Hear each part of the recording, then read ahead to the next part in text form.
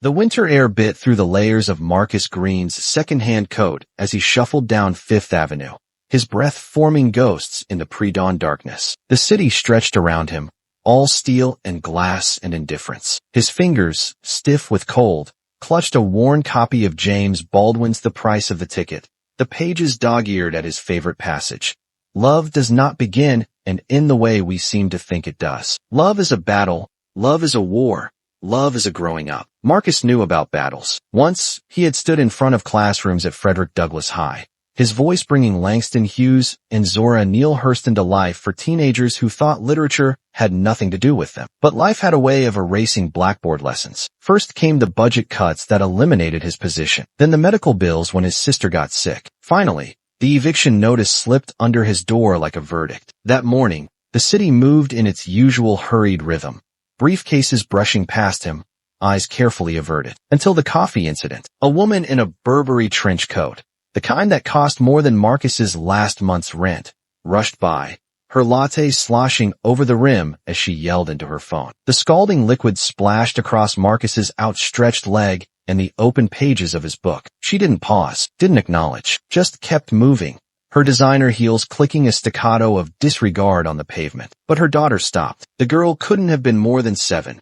her hair braided into neat cornrows secured with bright pink bands. She crouched, her frozen backpack slipping off one shoulder, and carefully wiped the coffee from Marcus's book with a napkin from her pocket. "Mister," she said, her voice soft as the steam rising from the stained pages, "your words got wet."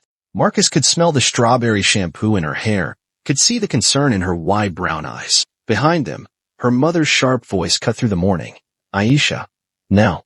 The girl, Aisha, hesitated, then pressed the napkin into Marcus's palm. "It's okay," she whispered. "Mama's just scared of people who don't look like us." And then she was gone, swallowed by the crowd. But that napkin, grease-stained from some fast food meal, with a childish sun drawn in one corner, and the words "Be happy" scrawled beneath it, became a covenant. Marcus unfolded it later under the flickering fluorescence of a bodega sign, tracing the crayon lines with fingers that had once graded essays on Baldwin's Sonny's Blues. Something broke open in his chest. The next morning, Marcus walked into the 42nd Street Public Library, one of the few places that still welcomed him if he bought $1 coffee, and asked for a marker and cardboard. His teacher's handwriting emerged like muscle memory. "Need work. We'll teach your kids Shakespeare for a meal." He planted himself outside a Brooklyn brownstone where Range Rovers idled at the curb. The first parent smirked. The second called security. But the third, a black lawyer named Derek Thompson with his 12-year-old son in tow, stopped. "You serious about Shakespeare?"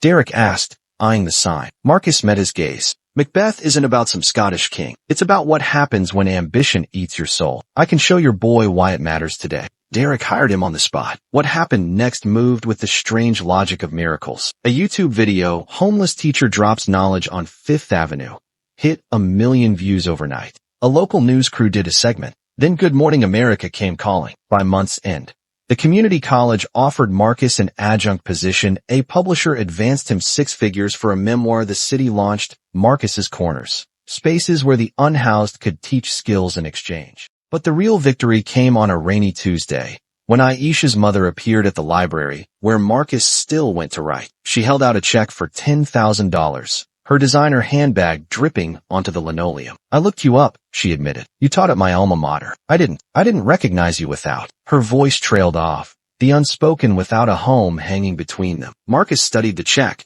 then handed it back. "Buy books for kids who can't afford them. And tell Aisha." He smiled for the first time in years. "Tell her I am happy." The story doesn't end there, because stories like this never do. On the anniversary of the coffee spill, Marcus returned to Fifth Avenue. He taped Aisha's napkin inside a bus shelter and wrote beneath it in permanent marker, "The children are always watching. Give them something worth seeing." For weeks, people left flowers there, then notebooks, then letters about their own Marcus moments. The city council renamed the block Greenway. And somewhere in a 3rd-grade classroom, a little girl with pink hairbands smiled at the TV screen, knowing she'd changed the world with a napkin and 6 crayon letters. Because kindness does win, but only when we're brave enough to spill it.